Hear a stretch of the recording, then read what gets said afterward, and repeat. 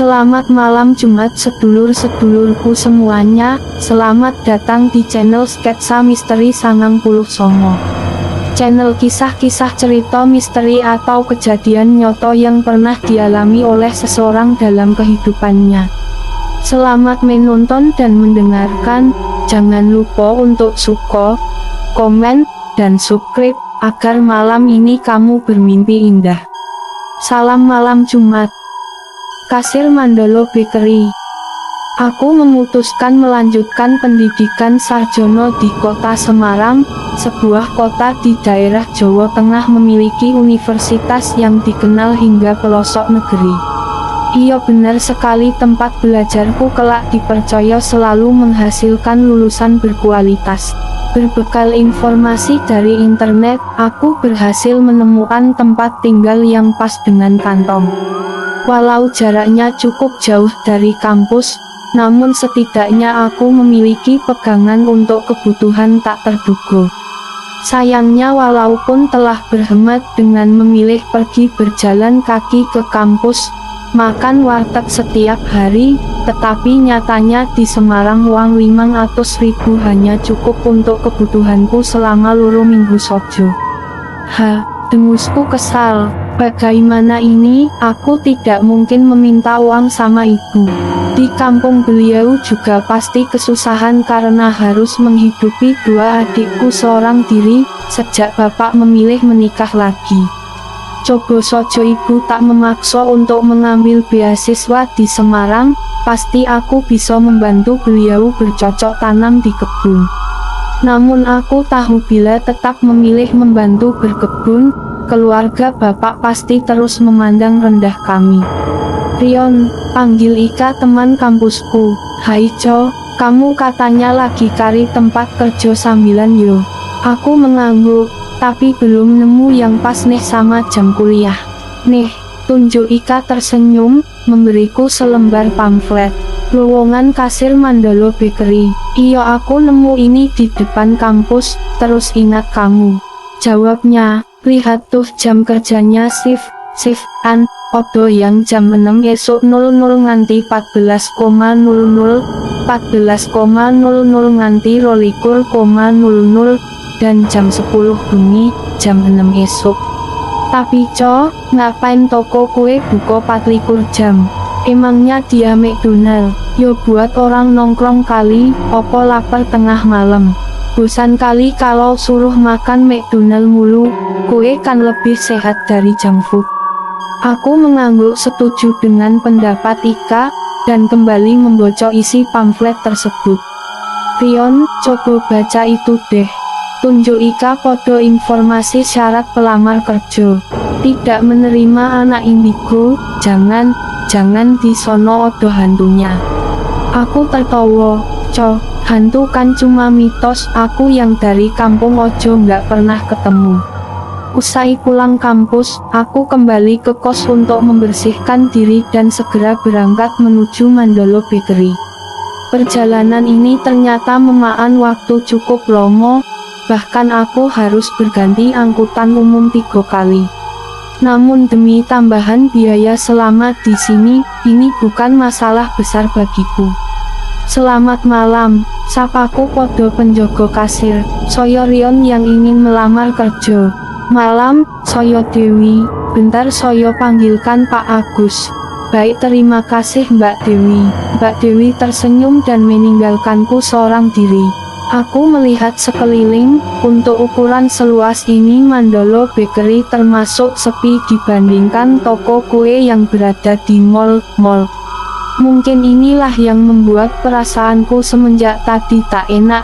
Tahu kan, misalkan kamu berada di tempat berbangunan kuno dan keadaannya sepi, seperti odo angin berdesir di tengkuk leher. Halo, sopo pria paruh boyo di hadapanku? Soyo Agus. Aku berdiri dan menundukkan badan. Malam Pak Soyo Rion. Pak Agus tersenyum dan memintaku untuk kembali duduk. Kamu ingin melamar menjadi kasir? Aku mengangguk. Iyo Pak, artinya kamu siap yo kerja shift? Siap Pak, tapi boleh tidak kalau Soyo bisa menyesuaikan dengan jam kampus Soyo? Boleh, kamu nanti diskusi Sojo sama Dewi dan Guntur. Aku tersenyum senang. Baik Pak, kamu boleh kerja sekarang. Sekarang Pak, tanyaku kaget, karena tak menyangka langsung diminta masuk kerja. Iya sekarang, kamu bisa kan ikut shift jam 10 esok malam nanti. Bisa Pak, kataku setuju, mengingat besok hari Sabtu dan tidak ada jadwal kuliah. Tenang ojo, yang mau shift malam selalu soyo kasih bonus. Hibur Pak Agus. Baik, terima kasih banyak Pak. Dewi tolong ajarkan Rion yo dan kasih tahu pantangan yang tak boleh dilakukan setelah jam 12 awan malam. Mbak Dewi mengangguk. Rion, panggilnya padaku usai peninggalan Pak Agus. Sini ikut soyo. Aku mengikutinya, kemudian Mbak Dewi mulai mengotak atik meja kasir dan mengajarkan cara mengoperasikannya. Selanjutnya dia mengajariku cara mengaduk adonan yang dilakukan shift malam agar bisa langsung dimasak oleh chef esok paginya. Odo yang mau ditanyain enggak? Tanya Mbak Dewi ramah. Udah jelas Mbak. Oh Yorion, kata Mbak Dewi tiba berubah serius. Nanti antara jam 12 awan malam sampai 5 pagi kalau kerjaan udah selesai dan kamu bosan, jangan bengong atau tidur yo. Lebih baik main game. Kenapa Mbak? Pamali bengong malam sendirian dan kalau kamu tidur takutnya nggak dengar ada orang datang. Aku mengangguk mengerti. Nah kamu juga jangan pasang lagu keras, ngomong kotor, dan kalau misal mau telepon sama teman juga jangan ketawa, ketiwi. Kenapa Mbak? Nanti odo yang keganggu. Aku tertawa. Bakery ini letaknya cukup jauh dari rumah penduduk, bahkan bila mengadakan pesta sekalipun tak mungkin terdengar. Soyo serius. Maaf Mbak, balasku tak enak, tapi kan toko ini jauh dari rumah penduduk Mbak. Mbak Dewi menghela nafas, tersenyum, dan berbisik pelan. Bukan manusia tapi hantu. Hantu Mbak? Iya, aku tersenyum menanggapi penuturan Mbak Dewi. Bukan tak percaya tapi bisa sojo ini rencana Pak Agus dan Mbak Dewi mengerjaiku anak baru. Istilahnya ospek seperti yang terjadi di sekolah. Tak terasa 2 jam telah berlalu, sejak aku menggantikan shift Mbak Dewi. Perlahan toko mulai sepi, padahal besok hari Sabtu dan bakery ini buka 24 jam. Aku menguap bosan, semua pekerjaan sudah selesai kulakukan, dari mengaduk adonan, hingga bersih-bersih. Klak, bunyi pintu terbuka dan membuatku tersenyum senang karena ada pengunjung. Selamat malam, sapaku. Kok nggak ada orang? Lanjutku bingung. Aku berjalan menuju pintu dan menutupnya kembali. Mungkin bila malam hari angin semakin kencang sehingga dengan mudah membuka pintu kayu tersebut. Main game ojo deh, kataku bosan dan mulai membuka ponselku. Sebenarnya semenjak tadi aku bingung, kenapa toko sesepi ini harus buka 24 jam. Jangankan orang nongkrong, odo yang beli sojo tidak. Klak, pintu kembali berbunyi, aku segera menaruh ponselku di laci. Selo, kataku terpotong, mat malam. Aku terdiam, sebelum akhirnya berjalan kembali menutup pintu. Aneh, pintu lagi terbuka dan tidak ada orang. Namun kali ini sama sekali tidak ada hembusan angin. Apa mungkin engsel pintu tua ini mulai rusak? Aku menoleh mencari asal bunyi tersebut. Suara seperti meja ditarik, namun sangat pelan. Kring, anjir, kataku tanpa sadar karena kaget. Halo selamat malam Mandalo Bakery. Sapaku ramah. Walau sebenarnya jantungku masih berdegup kencang. Rion aman? Tanya Mbak Dewi. Sejauh ini sih lumayan aman Mbak, jawabku. Tapi engsel pintu bakery sepertinya rusak deh Mbak. Dari tadi kebuka sendiri terus. Tutup ojo, kalau kebuka, dia nggak jahat, hanya iseng ojo. Dia nggak ada orang Mbak, cuma kebuka sendiri. kataku memastikan karena Mbak Dewi berpikir bahwa pintu dimainkan oleh seseorang. Iyo saya tahu, jawabnya seolah paham. Ditutup ojo kalau kebuka. Mbak di sini odo tikus yo. Nggak odo, kenapa memang? Anu Mbak tadi saya dengar odo suara kayak meja ditarik, saya pikir tikus. Udah nggak opo, kamu dengar apapun abaikan sojoyo. Aku mengangguk, iyo Mbak, saya mau istirahat dulu, jangan lupa pesan saya. Siap, Mbak. Aku kembali menatap jam podo layar ponselku.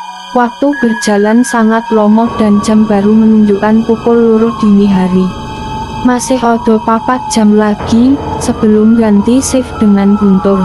Bangun Mas, aku membuka mataku, terkejut karena tanpa sadar sudah tertidur. Maaf Mbak, ada yang bisa dibantu? Aku terdiam dan melihat sekeliling, kosong. Lalu tadi siapa yang membangunkanku? Aku sangat yakin mendengar suara wanita, bahkan hembusan napasnya pun masih terasa di telingaku. Opo mungkin aku bermimpi, tapi kenapa terasa sangat nyoto? Mas, panggil seorang ibu dari depan pintu. Mas, sini Mas, lanjutnya masih menggedor pintu toko. Aku sedikit menggerutu kesal melihat tingkah ibu tersebut, kenapa coba dia harus memintaku keluar. Bila ingin belanja bisa masuk dan langsung memilih ingin membeli kue opo, tanpa harus merepotkan orang seperti ini.